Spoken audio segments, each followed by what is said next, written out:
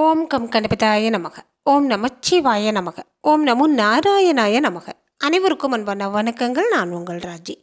முருகப்பெருமானுடைய பேரருளால் நம்ம சேனலில் தொடர்ந்து கந்தர் அனுபூதி, வேல்மாறல், கந்தர் அலங்காரம், திருப்புகழ் இவைகளை பாராயணம் பண்ணிட்டு வர்றோம். இன்னைக்கு அருணகிரிநாதர் அருளிய கந்தர் அனுபூதி 13வது பாடலையும் அதற்கான விளக்கத்தையும் பார்க்கலாமுங்க. இன்னைக்கு சிறப்பான ஒரு தகவலோடு அந்த பதிவுக்குள்ளே நம்ம போகலாம். முருகப்பெருமானை நம்ம வழிபாடு செய்கிறப்ப நட்சத்திர கோலமிட்டு சரவணபவ என்ற மந்திரத்தை எழுதி வழிபாடு செய்தால் சிறந்த பலனை பெற முடியுங்க.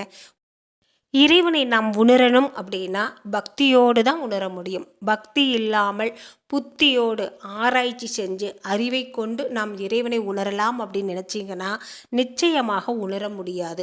புத்தியில் உள்ள கொம்பை எடுத்தால் மட்டும்தான் இறைவனை நாம் உணர முடியும். புத்தி உள்ளவங்களுக்கெல்லாம் கொம்பு இருக்கா அப்படின்னு கேட்டிங்கன்னா அதற்கான அர்த்தம் அப்படி இல்லைங்க.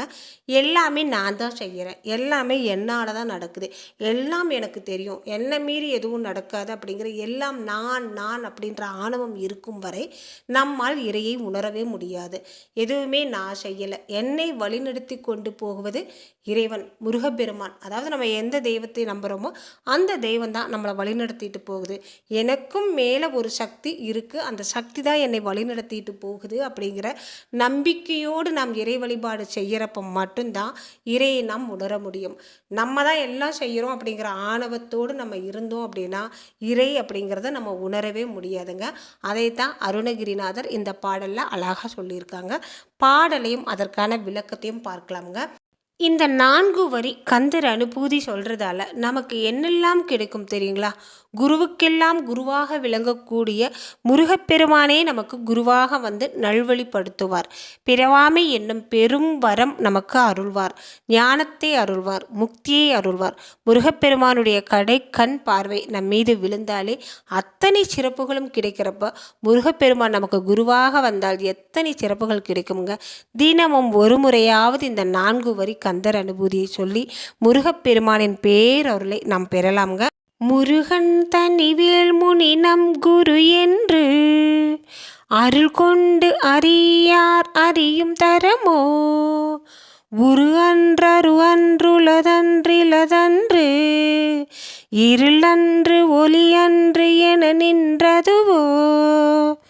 முருகப்பெருமான் உருவப்பொருளும் அன்று, அருவப்பொருளும் அன்று, உள்ள பொருளும் அன்று, இல்லாத பொருளும் அன்று, இருளும் அன்று, ஒளியாகிய பொருளும் அன்று என்று சொல்லும் தன்மையில் உள்ள அப்பரம்பொருளே முருகப்பெருமான் என்றும் ஒப்பற்ற வேலேந்திய முனிவன் என்றும் நமது பரமகுரு என்றும் அப்பரமமானது திருவருளை கொண்டு அறியாமல் மற்ற வழிகளில் அறிய முடியுமோ? முடியாது அப்படின்னு அருணகிரிநாதர் சொல்கிறார். அதாவது எந்த ஒரு நிலையில் இருக்கார் அப்படிங்கிறத நம்மளால் அவருடைய அருளால் மட்டுமே தான் நம்ம அறிய முடியும்.